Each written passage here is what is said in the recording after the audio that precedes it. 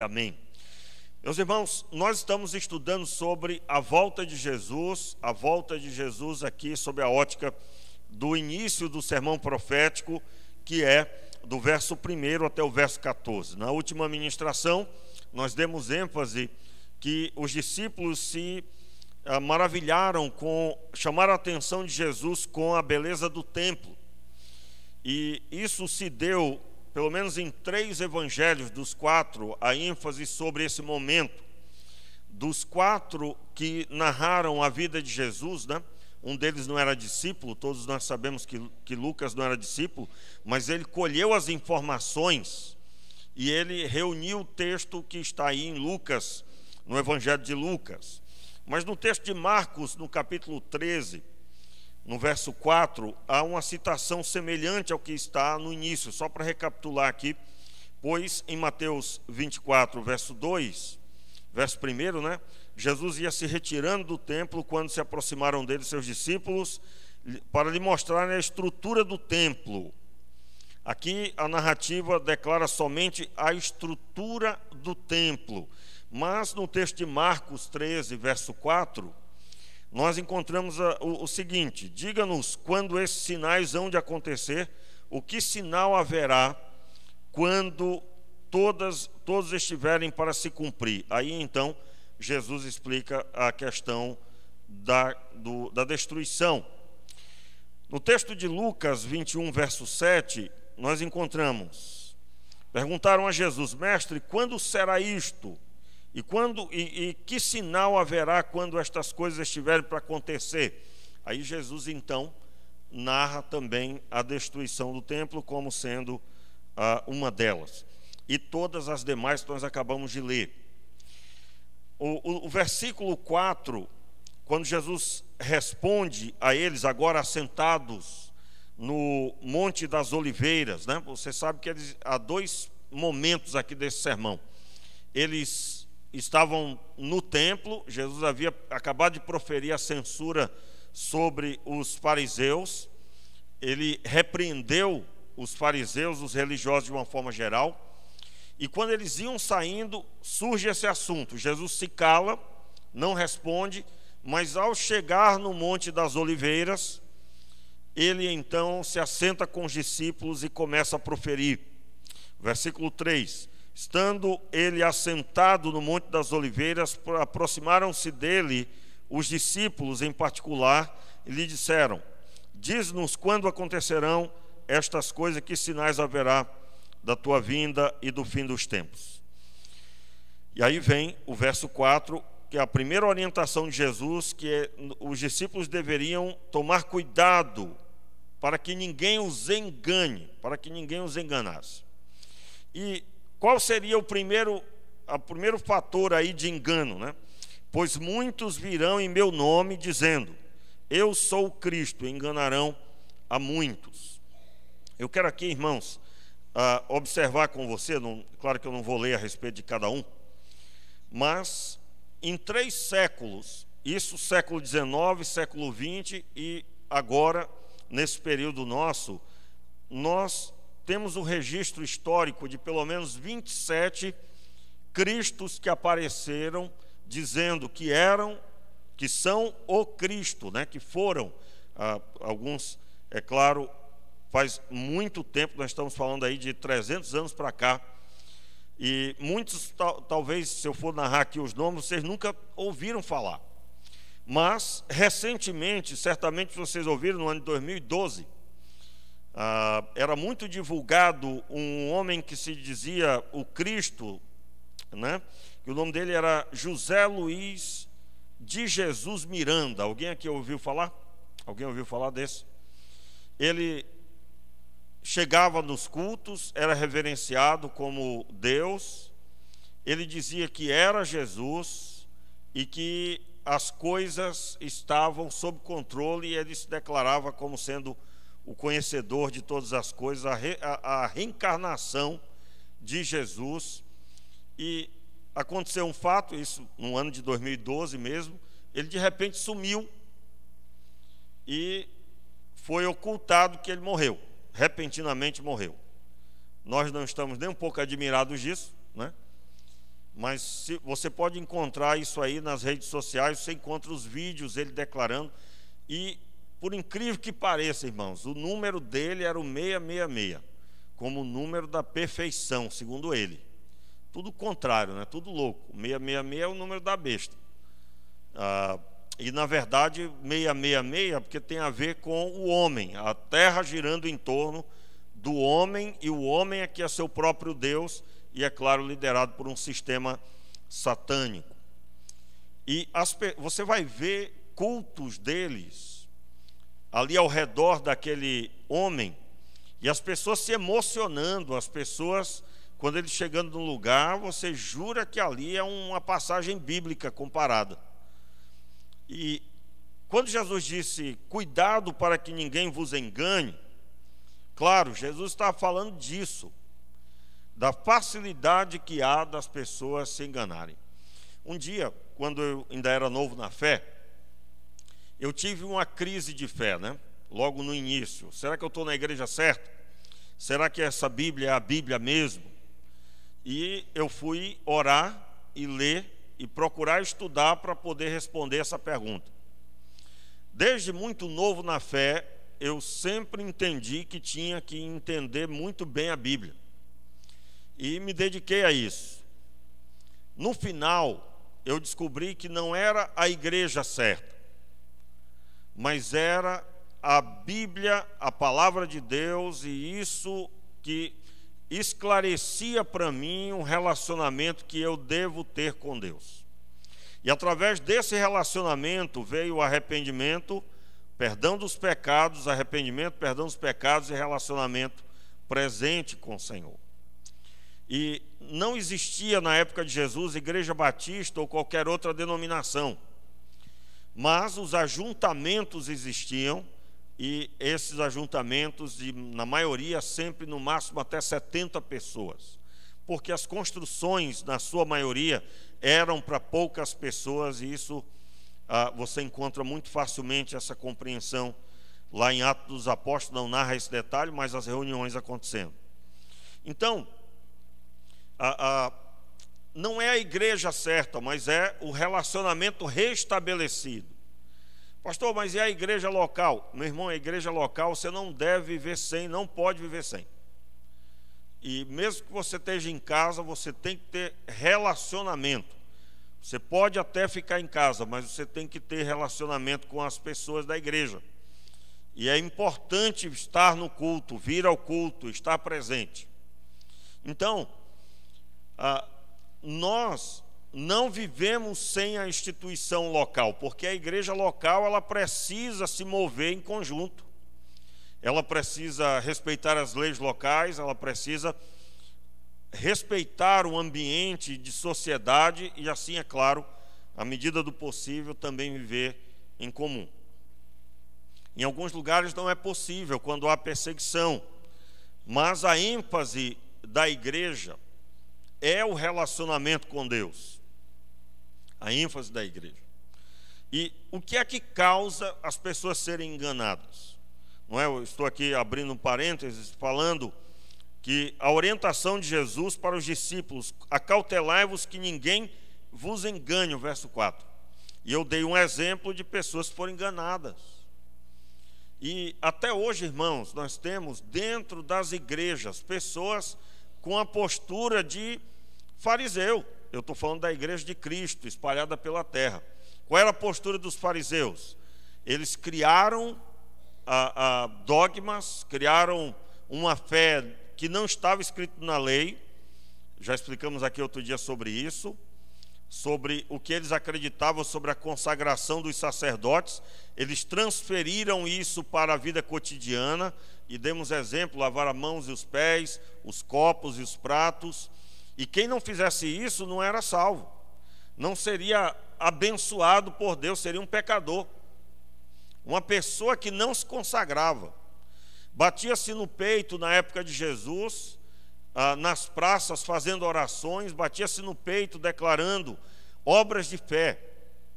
Então tudo que caminha dessa forma deve ser visto com cuidado por nós todos. Eu quero aqui recordar alguns princípios que nós batistas gostamos, e é muito bom, por isso que nós proferimos, né? Nas nossas igrejas, nós devemos sempre buscar a ênfase da palavra de Deus. Não é a ênfase do pregador. O pregador, se ele faltou, vai ter outra pessoa para pregar. Se ele não pôde estar, vai ter outra pessoa para pregar. O fato de colocarmos sobre os pregadores ou os pastores uma aura de santidade, me entenda bem, isso não existe na Bíblia, é um uso de palavra aqui. Uma impressão de que eles são pessoas diferentes das outras, porque são ungidos de Deus, abençoados por Deus, pode trazer engano, porque uma hora dessas, no meio deles, um deles pode proferir e conduzir pessoas para o engano. Então é muito perigoso, muito perigoso. Por isso que nós procuramos ensinar que a oração da fé curará o enfermo. Não é a oração deste ou daquele irmão. Os irmãos estão entendendo? A ênfase não é na pessoa que está orando. Não é na pessoa que está orando, mas é na fé. E a fé foi idealizada por Deus e que deve ser abraçada por cada pessoa. Claro, você pode gostar desse, daquele pregador, porque por uma ótica ou outra se identificou com ele. Mas eu não posso esquecer que a ênfase é da palavra de Deus. Eu, por exemplo, eu já acompanhei pregadores há alguns anos e depois ele começou a endoidar. O que eu fiz? Parei de ouvi-lo, porque infelizmente se desviou.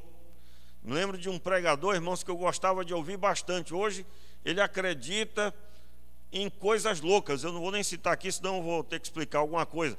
Ele acredita em coisas que a Bíblia reprova. Vou citar só uma aí, só uma.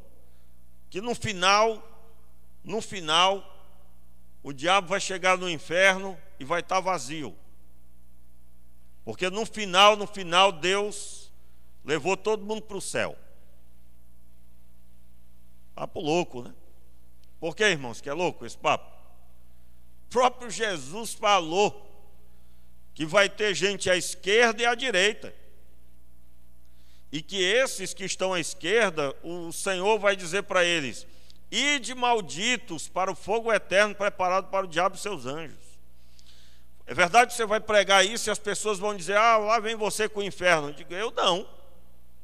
Pode dizer com força para a pessoa: eu não. Não, você vai pregar sobre o inferno. Eu não. Mas então é quem? Jesus. É Jesus, irmãos. Nós apenas repetimos as palavras dele. Ah, mas eu não creio que Deus vai mandar ninguém para o inferno. Aí você já concorda com a pessoa. Também concordo com você. Ah, você concorda comigo? Sim, Deus não vai mandar ninguém. Ele apenas fará o que a pessoa mesmo quis. Ela escolheu isso. Ela desejou isso e defendeu isso. Não é? Defendeu. Porque é incrível, irmãos, como essa realidade é clara nos nossos dias ainda. Nada mudou, só mudou a época. O ser humano pecador é o mesmo. Então, o engano, ele pode vir, principalmente se você não tem a palavra de Deus como autoridade, como o centro da sua vida. O próprio Jesus, quando venceu Satanás no deserto, ele disse que não só de pão viverá o homem, mas de toda a palavra que sai da boca de Deus. Aí você vai encontrar contradição. Se a igreja de Cristo, aí eu estou falando de uma forma geral, se ela adota não só de Deus viverá o homem, mas de todo o pão, né?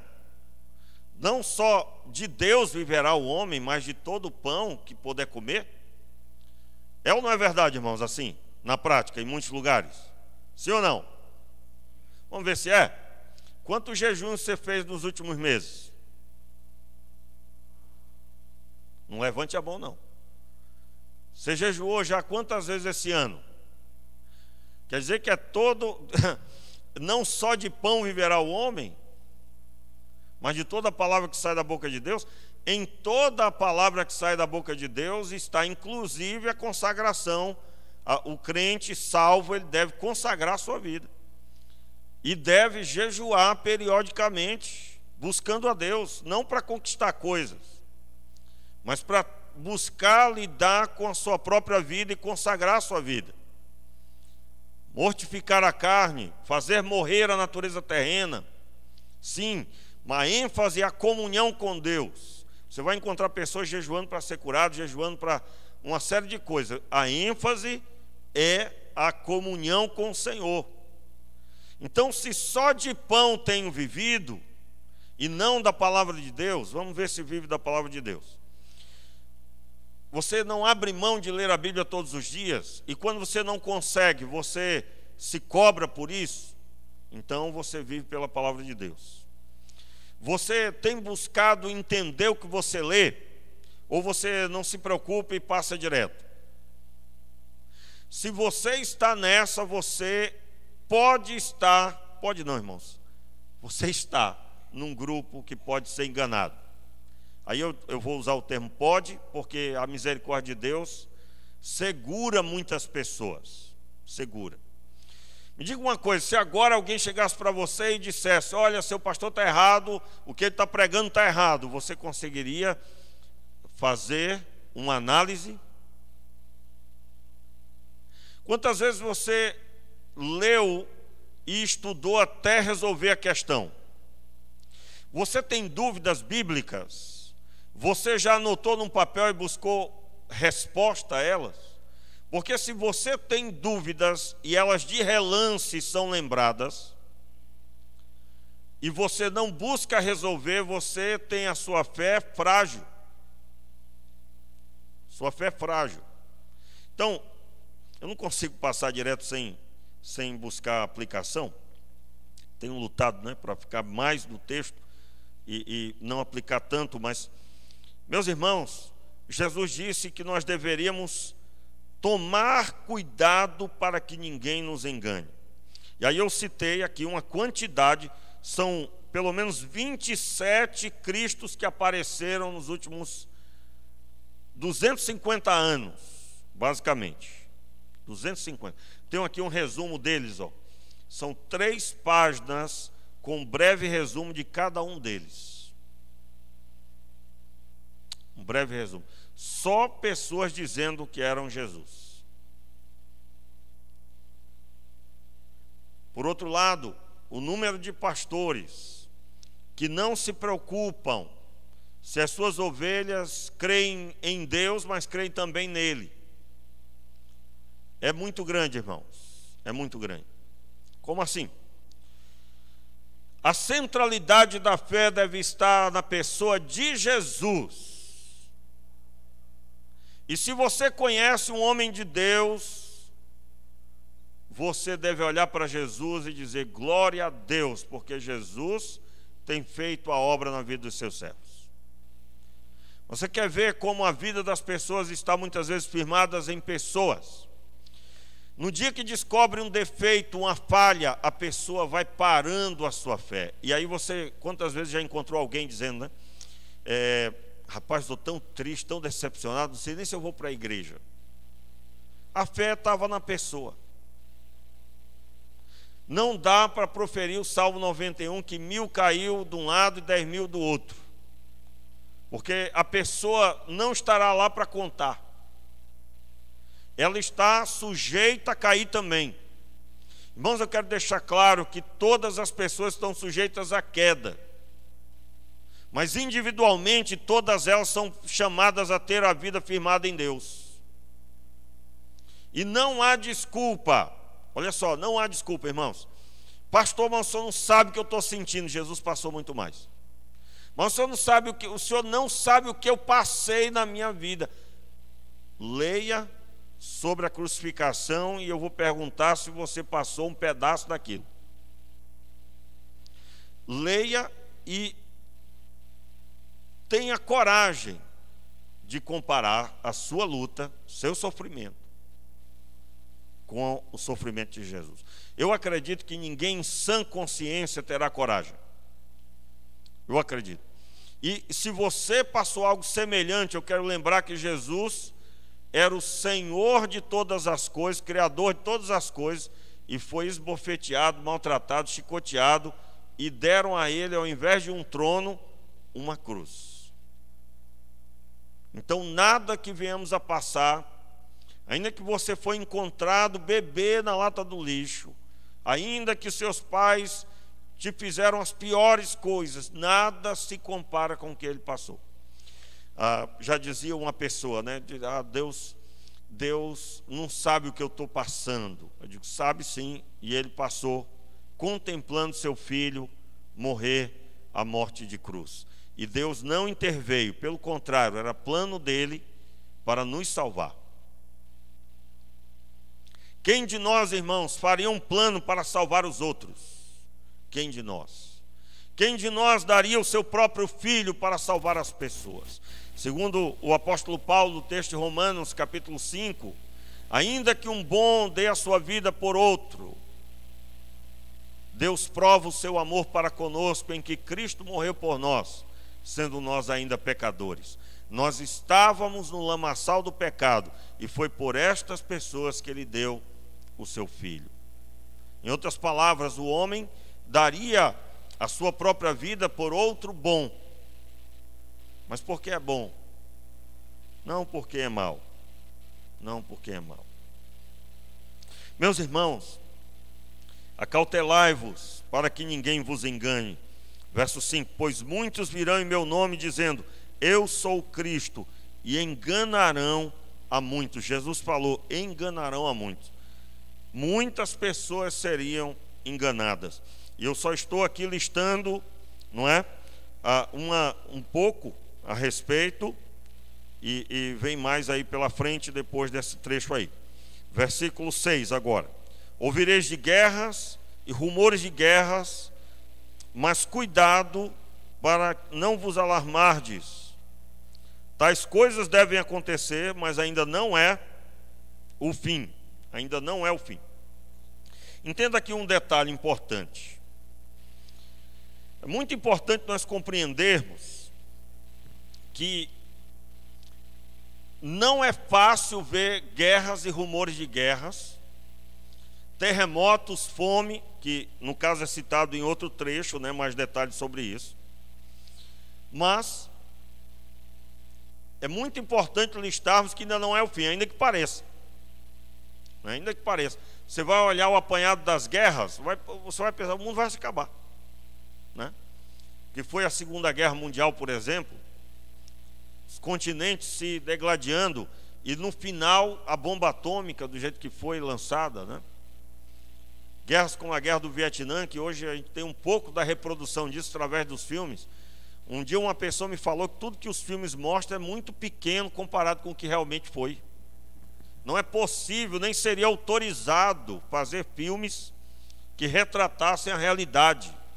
Ninguém aguentaria, irmãos, ninguém conseguiria assistir se alguém dissesse assim, vou reproduzir o filme como foi. Ninguém suportaria e não seria autorizado passar nas residências por meio dos formatos aí para assistir filme, né? Muito bem. Quanto a isso, mesmo não sendo o fim, né, não vamos nos alarmar, mas a sensação de que é o fim a cada episódio aconteceu. Aí eu trouxe aqui um apanhado sobre isso, né, sobre, por exemplo, terremotos. Meus irmãos, eu confesso que eu achava que não era tanto assim. Mas só um escritor, né, sobre guerras primeiro, olhar, depois eu falo sobre terremotos. Só nos últimos 300 anos foi registrado pelo menos 700 focos de guerra, guerras pequeninas, vamos dizer assim, guerras internas, incluindo tudo, pequenas guerras, revoltas e guerra mesmo. 700 conflitos de guerra. Só nos últimos 300 anos. Qual é a ênfase que eu quero dar? Se você for fazer um apanhado das guerras, você vai perceber que nos últimos 300 anos, elas avançaram em quantidade muito grande, muito grande.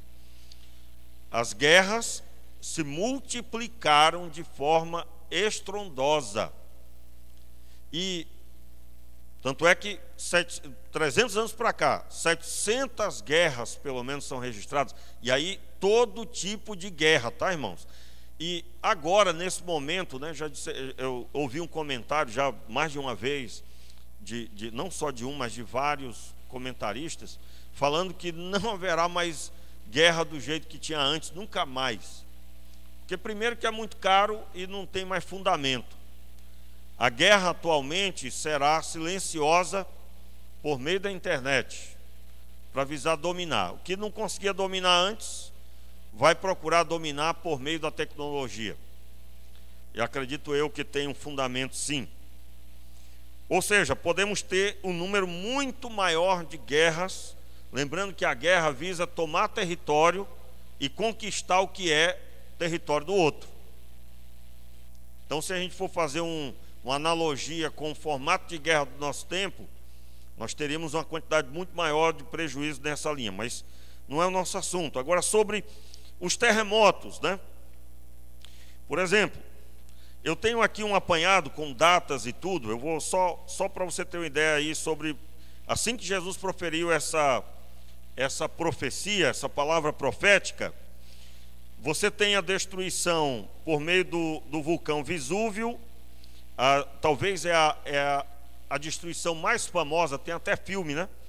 Destruiu a cidade de Pompeia. Foi no ano 79. No ano 70, a destruição de Jerusalém, que é a cidade principal do mundo. Você sabe da luta para tomar Jerusalém, sempre foi, em todas as épocas. E no ano 70, um ano depois de Pompeia, destrói-se ali Jerusalém, é claro, por meio da guerra. Depois, no ano 755, 60 mil pessoas morreram em Portugal, num terremoto. 783, num terremoto na Calábria, morreram 30 mil pessoas. No ano 857, um terremoto morreram 12 mil pessoas.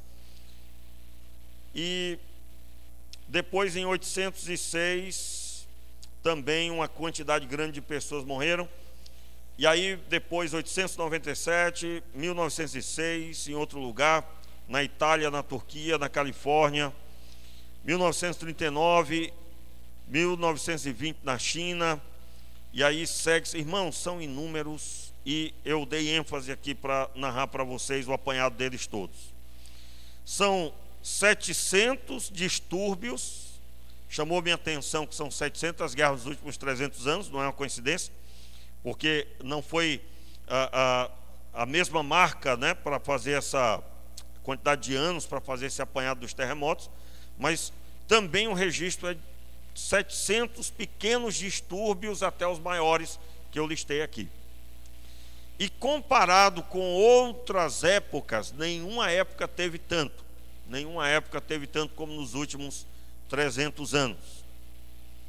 Então nós podemos acreditar que realmente nós estamos numa época diferente, né? Eu me lembro, eu estava no seminário na época, quando teve um terremoto pequeno, que muita gente não percebeu, mas foi registrado pelos profissionais que monitoram isso.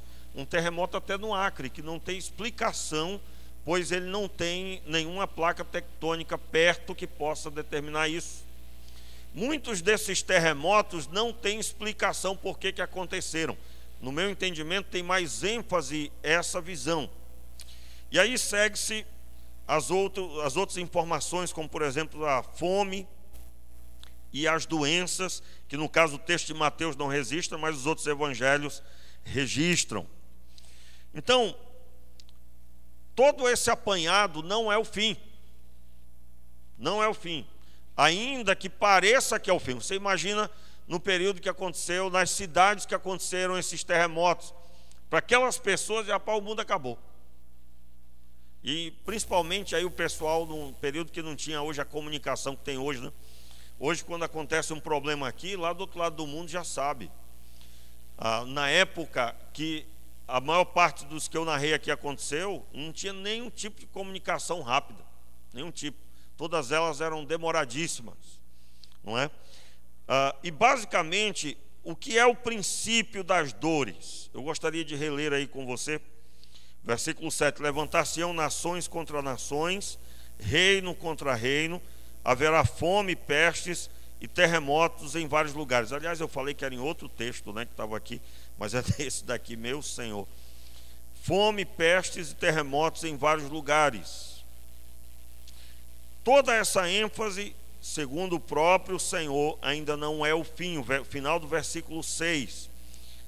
Tudo isso deve acontecer, mas ainda não é o fim. E aí ele segue no verso 7, verso 8. Todas essas coisas, porém, são o princípio das dores. O que significa o princípio das dores? Aqui literalmente é dores de parto. Na tradução do texto original, você vai encontrar aqui as dores, as dores de uma mulher que vai dar à luz. O que é que Jesus estava dizendo? Que haverá um momento de dor extrema, mas que vai terminar com alegria tremenda, que é quando o filho nasce. O que seria esse filho que vai nascer? É a volta de Jesus. Na volta de Jesus, toda a história é concluída e todas as dores são esquecidas pela alegria da sua vinda. É claro, para os salvos, né? Para os salvos. Porque para os perdidos, a situação vai ficar muito difícil, como nunca houve. Logo em seguida, versículo 9. Agora passando para uma outra etapa aí, logo após o princípio das dores, nós temos aí um verso 9, vamos ler? Então vos hão de entregar para seres atormentados e vos matarão. Sereis odiados de todas as nações por causa do meu nome. Irmãos, eu quero pedir que você abra a sua Bíblia agora, no próprio texto de Mateus, só que agora no capítulo 10, para a gente entender melhor esse trecho. Capítulo 10, versículo 34. Vamos ler o verso 34 até o versículo 39. Todos estão comigo? Não pensem que eu vim trazer paz à terra. Não vim trazer paz, mas espada. Pois vim causar divisão entre o homem e o seu pai, entre a filha e a sua mãe, e entre a nora e a sua sogra. Assim, os inimigos de uma pessoa serão os da sua própria casa. Quem ama o seu pai ou a sua mãe mais do que a mim, não é digno de mim. Quem ama o seu filho ou a sua filha mais do que a mim, não é digno de mim. E quem não toma a sua cruz e vem após mim, não é digno de mim. Quem acha a sua vida, a perderá. E quem perder a sua vida por minha causa, esse a achará. Veja bem, o texto, Jesus declara: eu não vim trazer paz, e sim espada. Ele está usando a figura da espada, não é guerra. Ele não veio trazer guerra. Mas à medida que uma pessoa decide seguir a Cristo e a sua família não aceita a fé dessa pessoa, e por causa dessa fé que eles não aceitam, essa pessoa enfurecida com aquele que se converteu, será capaz de entregá-lo para as autoridades, é claro, nos lugares de perseguição. Jesus está dizendo que as pessoas que não se converteram e que terão raiva da fé, isso causará dano aos relacionamentos familiares. E é claro, ele está também chamando a atenção de quem decidiu segui-lo. Quem decidiu segui-lo deverá ter a postura firme, mesmo que seja os seus próprios pais o entregando às autoridades. Se você for observar os períodos de perseguição da igreja, você vai encontrar que houve sim momentos em que os próprios pais entregavam os filhos. A esposa denunciava o próprio marido e vice-versa. Claro, eu estou falando aqui de uma forma geral, são muitos relatos a respeito e são muitos períodos de perseguição e que até hoje no mundo acontece. Aliás, irmãos, a mídia que não crê em Deus, né, todo esse sistema maligno que tem aí hoje, não é? Essa semana, não sei se os irmãos viram, mas saiu uma apresentadora de um programa de TV desses, não teve nenhum receio de esconder a sua vontade de que a coisa fique pior cada vez mais, né? Ela começou a anunciar sobre o número de pessoas que conseguiu uma vaga de emprego, carteira assinada, que foi um número muito maior do que o mesmo período no ano passado. E ela começou dizendo: infelizmente, nós alcançamos um número superior ao período tal, infelizmente. Aí ninguém entendeu nada, né? Está rodando aí a internet, não sei se ela se retratou depois, se alguém viu a retratação, depois me fale. Mas o que ela gostaria de noticiar, né? Ao que dá a entender seria: graças a Deus nós temos mais 1 milhão de desempregados. Eu acho que era essa a notícia, que ela aí falaria em Deus, né? Então nós estamos vivendo um tempo onde quanto pior, melhor para a mídia. E eu não estou falando só do Brasil, é em todo lugar, em todo lugar.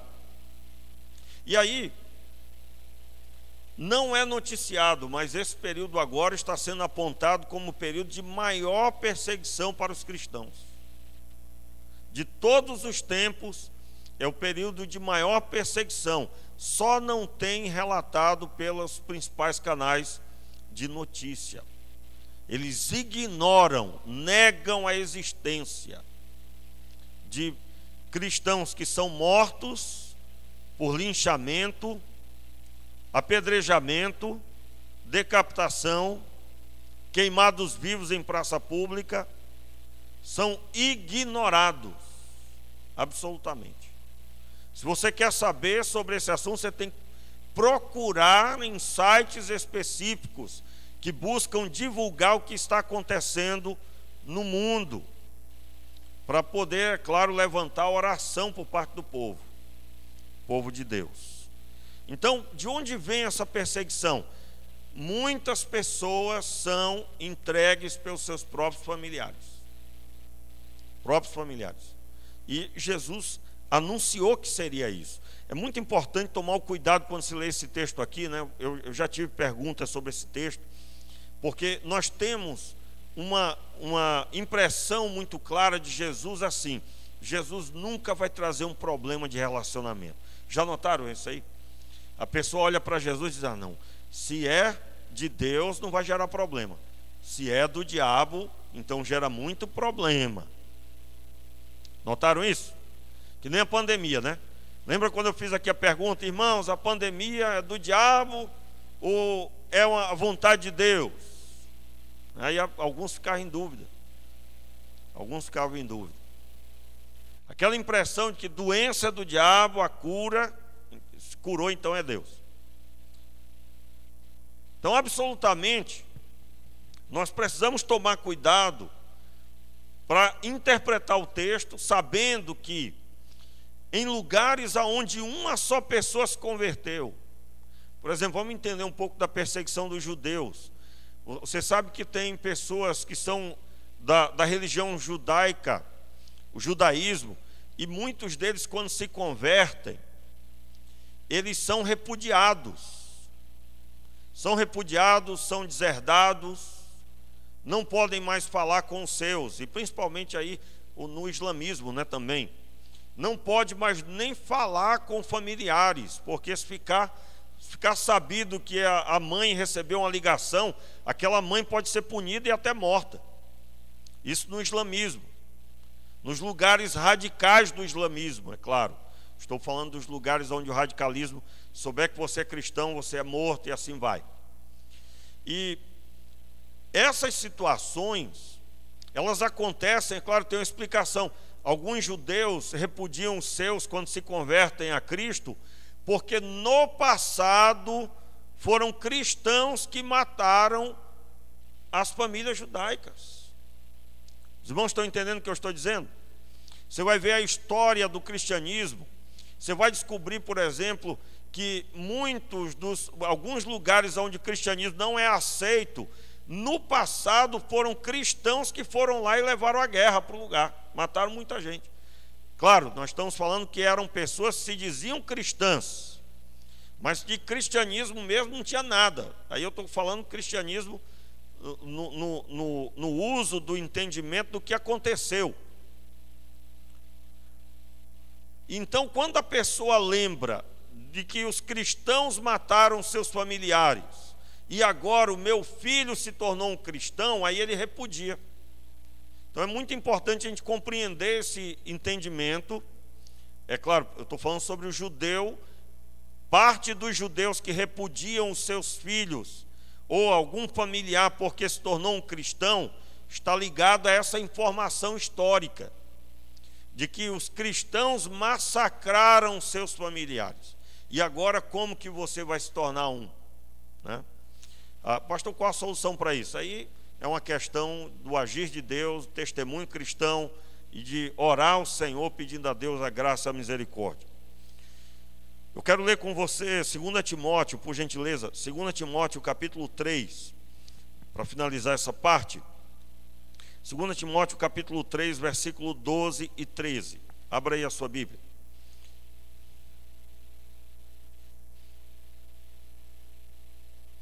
Aí nós vamos continuar a leitura do verso 10 até o verso 14. Diz assim, 2 Timóteo 3, versículo 12 até o verso, só o 12 e o 13. Na verdade, todos os que querem viver piedosamente em Cristo Jesus serão perseguidos. Vamos repetir aí, irmãos? Na verdade, todos os que querem viver piamente em Cristo Jesus serão perseguidos, mas os perversos e impostores irão de mal a pior, enganando e sendo enganados. Então, a pessoa que é fiel a Deus, ela será perseguida em algum momento. Perseguida em algum momento. Eu volto a dizer aqui, irmãos, que eu tenho buscado reforçar no decorrer do tempo. Muitos dos sofrimentos que nós temos hoje em dia nas igrejas são sofrimentos ligados a pecados que a pessoa cometeu e agora ela está vivendo a consequência dele. Ela já se arrependeu, já foi perdoada, tudo bem, mas a consequência está vindo sobre ela. Foi mandada embora por alguma coisa que fez ou deixou de fazer. E não é por perseguição.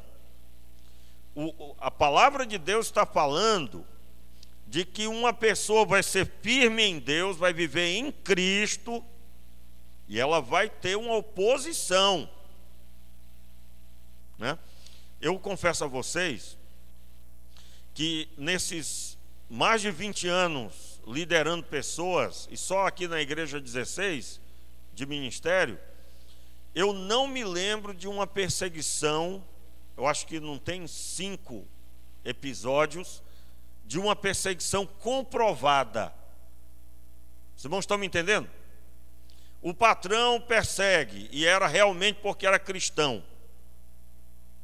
Eu não me lembro de pelo menos 5 episódios. Não me lembro. Claro que muitos não podem ser comprovados porque você só teve o desconforto lá, a pessoa implicando. Mas já houve casos em que eu fui fazer análise com a pessoa e eu descobri que se essa pessoa trabalhasse comigo, eu também seria taxado como perseguidor. Por quê? Meus irmãos, o número de crentes que levam a vida na flauta é grande. É grande. Chega atrasado, não trabalha com amor, com prazer, não tem prazer no trabalho, tem o trabalho. Você sabia que tem pessoas que acham que o trabalho é uma consequência do pecado de Adão? Você sabia disso? E você vai estudar o texto e não tem nada a ver com o pecado. Antes do pecado, o Senhor Deus colocou o homem para lavrar a terra e cultivá-la e cuidar dela. Qual foi a primeira fala de Deus para Adão e Eva? Foi: dominai sobre os peixes do mar, sobre as aves dos céus, sobre toda a terra. Ou seja, vocês vão trabalhar. A única coisa que não era para ter era o pecado. Mas o trabalho faz parte da vida da pessoa. Eu sempre digo aqui, meu irmão, se você não ama trabalhar, você tem que orar pedindo a Deus: Senhor, mude meu coração. Mude meu coração. Por quê? Porque o problema não está em outra pessoa, está em você. Você tem que amar trabalhar. E eu sempre digo aqui, né? Irmãos, como é bom trabalhar perto de quem gosta de trabalhar. O contrário também é verdade. Ninguém quer estar perto de quem não gosta de trabalhar. A pessoa que não gosta de trabalhar, característica: reclama que está cedo, que tem que acordar cedo, reclama que o dinheiro é pouco. Ah, pastor, mas o dinheiro é muito pouco, o senhor quer que eu me alegre com isso? Digo, meu irmão, você está fazendo o plano para você ter dias melhores de um emprego melhor? Ou daqui a 10 anos você está reclamando também de novo? Como assim? Bem, eu sou agora ajudante de pedreiro, mas eu estou aprendendo, daqui a pouco eu sou pedreiro. E de pedreiro eu vou ser um pedreiro de serviço fino, acabamento. Irmãos, os bons trabalhadores, as pessoas têm que fazer fila para que eles façam, trabalhem para elas. Quem faz fila não é o trabalhador, é o cliente. Porque você sabe, né? Eu acho que todo mundo aqui já sofreu com um pedreiro ruim, né? Acho que todo mundo aqui já passou por uma situação dessa. No dia que você encontra um pedreiro bom, você espera. Meu pai contou uma história que ele esperou 3 meses pelo homem que construiu a casa dele lá, na fazendinha dele lá na chácara, que chama chácara. 3 meses ele esperou na fila. 3 meses. E ele me contando a história, eu morria de rir das histórias, muito interessantes, muito legais. Mas é uma realidade. Então a pessoa tem que procurar aprimorar. E eu dei o exemplo aqui, mas seja qualquer que seja a área. Irmãos, ó, você para pensar num vendedor de loja. Toda vez que eu chego numa loja, agora, por favor, quem trabalha em loja aqui, não fique chateado na hora que eu chegar lá. Mas quando você chega numa loja, veja só o perfil do cara que está só olhando para o teto. Você pergunta assim: quanto é isso aqui? Aí ele ainda vai ver. Uma vez eu tive vontade de perguntar, digo, vem cá, quantos produtos tem aqui? Né? Porque, irmãos, tinha bem poucos e a pessoa não sabia. A pergunta é: o que ela faz vindo trabalhar todo dia, que ela ainda não sabe o valor de coisas que são tão poucas, às vezes, dependendo do que seja. Como assim não sabe? Irmãos, o pastor é muito exigente. Não, irmãos. Sabe uma coisa que chega a cansar? É quando você pergunta: quanto é que é isso aqui? Eu vou ver. E isso aqui? Aí ele ainda vai ver. Aí você não vou mais perguntar, porque da última vez que foi ver, aí foi ver. Alguém já passou por isso aqui, irmão? Só eu. Por favor, levante a mão aí, porque eu me senti agora o mais chato possível, né? Ou seja, aí eu já tive vontade de dar a dica. Eu digo: olha só, no seu horário de folga, memorize os valores de todos esses produtos. Memorize. Ótima técnica de vendas. Eu já fui vendedor, né, irmãos? Já vendi bastante. Já vendi material, papel para A4, e vendia bastante. Já vendi carimbo. Já vem. Ih, meu amigo, só, claro, graças a Deus, nunca vendi nada inadequado, mas já trabalhei como vendedor em muitas áreas. Já vendi frios em supermercado, ia de supermercado em supermercado. Frango congelado, vendi muito para muitos clientes lá no Acre. Trabalhei bastante, rodava o dia todo, às vezes 9 horas da noite eu estava dentro do supermercado e eu rodava muito de moto, muito. Então, irmãos, trabalhar é uma meta. Aí a pessoa diz que está tendo perseguição. Meu irmão, se você for olhar, você não está tendo perseguição, você está fora do propósito. E qualquer um falaria com você. Quando você termina um serviço que você fez, você contrataria você para fazer aquele serviço? Quando você termina uma pintura, seja o que for que você trabalha, quando o seu chefe diz para você cumprir uma tarefa e que você cumpre, quais são as palavras que são ouvidas? Irmãos, essa reflexão é importante, porque eu tenho chegado à conclusão de que, crendo num Deus do impossível, a pessoa que tem a fé em Jesus, ela confundiu as coisas. Ela acha que Deus vai abençoar o patrão de tal forma que o patrão vai dar um aumento sem nenhuma capacidade adquirida, conquistada.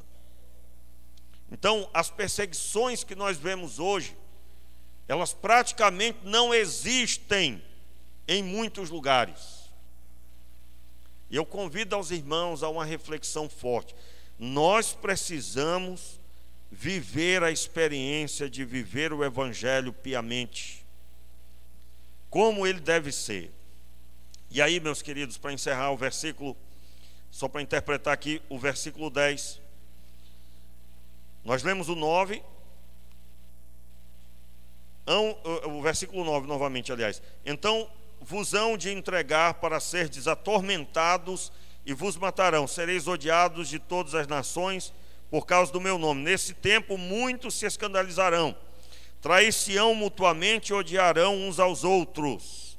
Veja bem, o versículo 10 é só o resultado do que aconteceu, fruto do texto que acabamos de ler aqui no texto de Mateus, capítulo 10.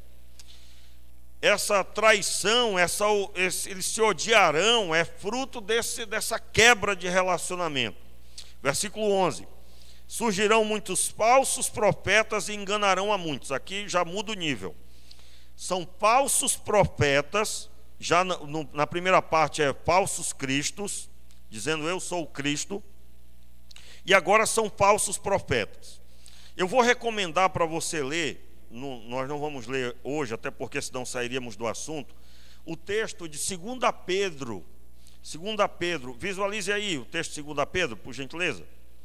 2 Pedro, só para visualizar o tamanho do texto. 2 Pedro, abra aí a sua Bíblia, abra.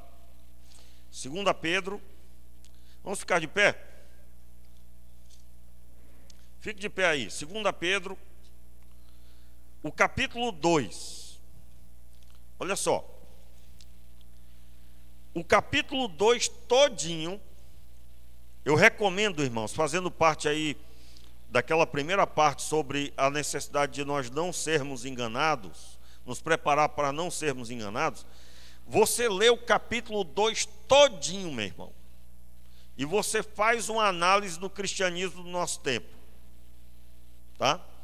Você vai chegar à seguinte conclusão: você pode identificar se você está seguindo alguém, ligado a alguém que está fora do esquadro bíblico.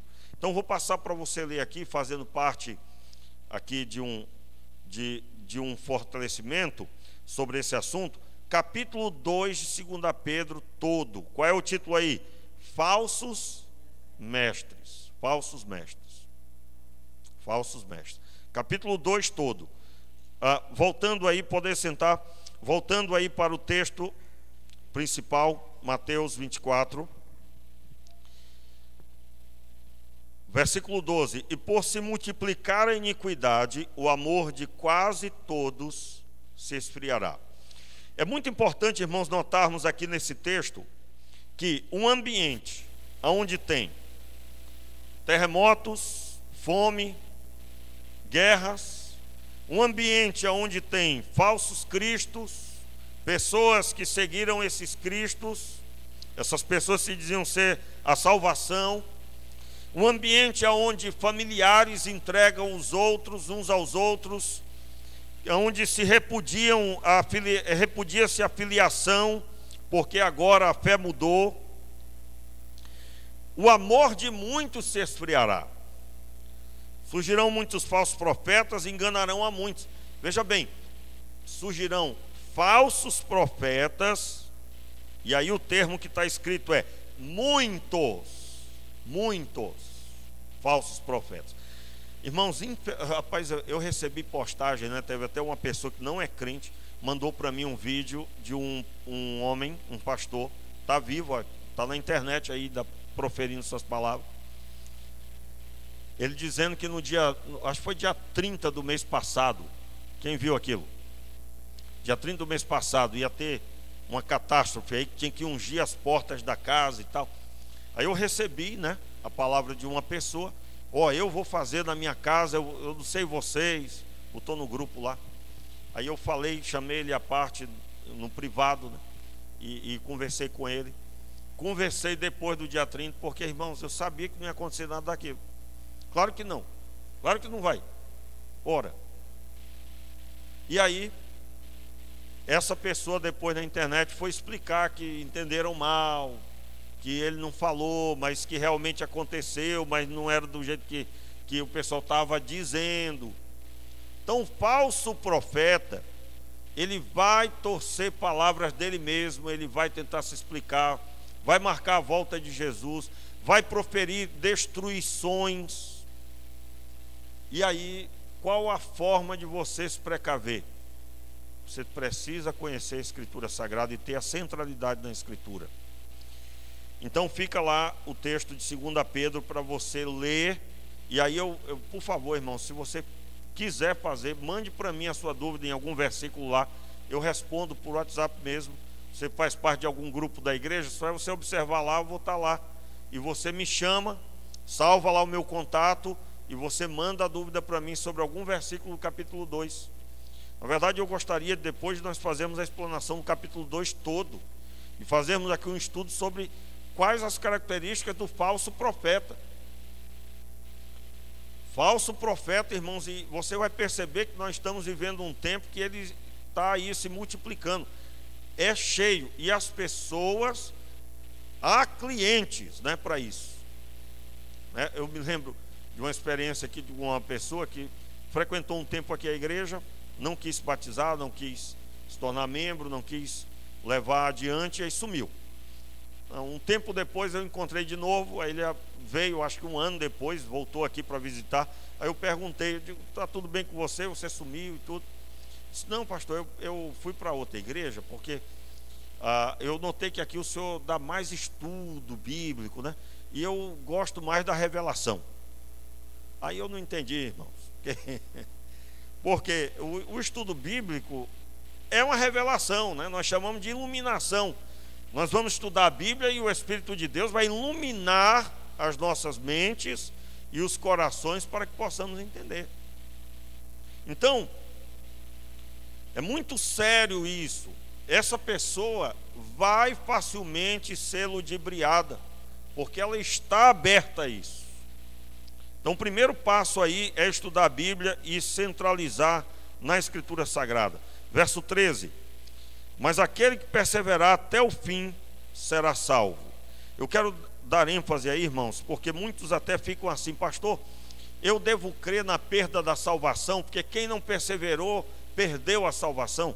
Irmãos, quem é salvo, persevera. Quem é salvo, persevera.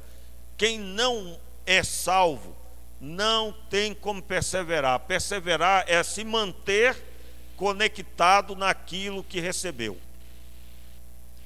Mas eu sou salvo, eu creio que sou salvo. Eu preciso me esforçar para isso. Você deve cumprir o que a Escritura diz. Tome a sua cruz dia após dia e siga a Cristo.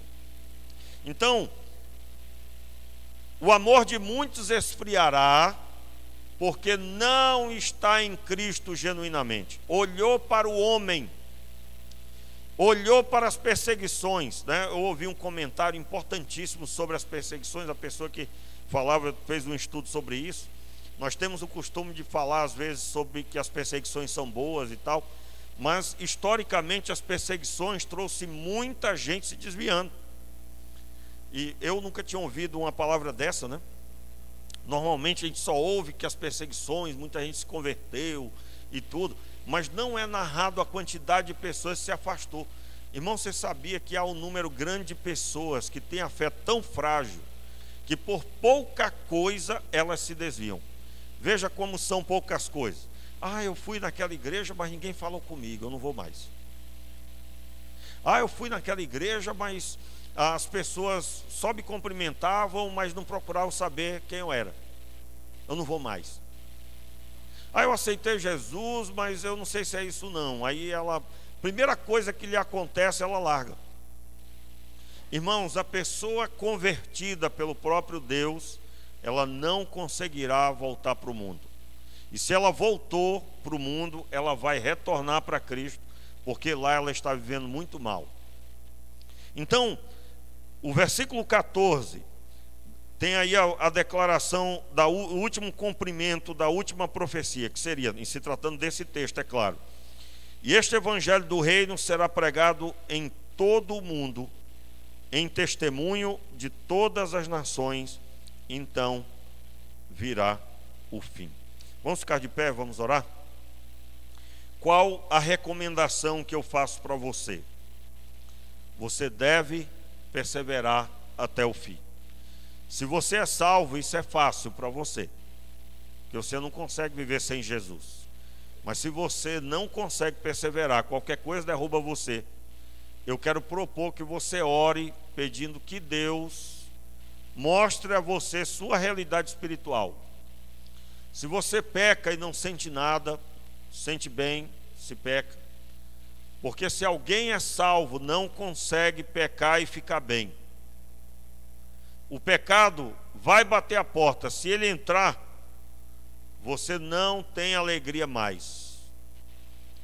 Você é salvo, você tem essa realidade espiritual que é o mecanismo de Deus para você estar bem com Ele e sempre em comunhão com Ele, arrependido e perdoado. Se você não tem essa condição, você não tem como perseverar. Só persevera quem está convertido à fé em Cristo Jesus. Fico alerta. Meu Pai, tenha misericórdia de nós. Nos ajude, Senhor, a contemplar, Senhor, a Tua face. Nos dê a graça, Senhor, de obedecermos o Senhor todos os dias, por prazer da Tua presença, por prazer de obedecermos. Pai, dai-nos a convicção da salvação cada vez mais. E aqueles que estão aqui, Senhor, que não têm essa convicção, que estão vazios, forçando a si mesmos a cumprir atitudes de espiritualidade, que até oram, que até leem a Bíblia, mas não conseguem entender a Bíblia, não conseguem sentir que a sua oração está sendo ouvida, não tem a convicção de que é salvo, não tem a fé estabelecida em Cristo Jesus. Pai, eu te peço salvação para estas pessoas.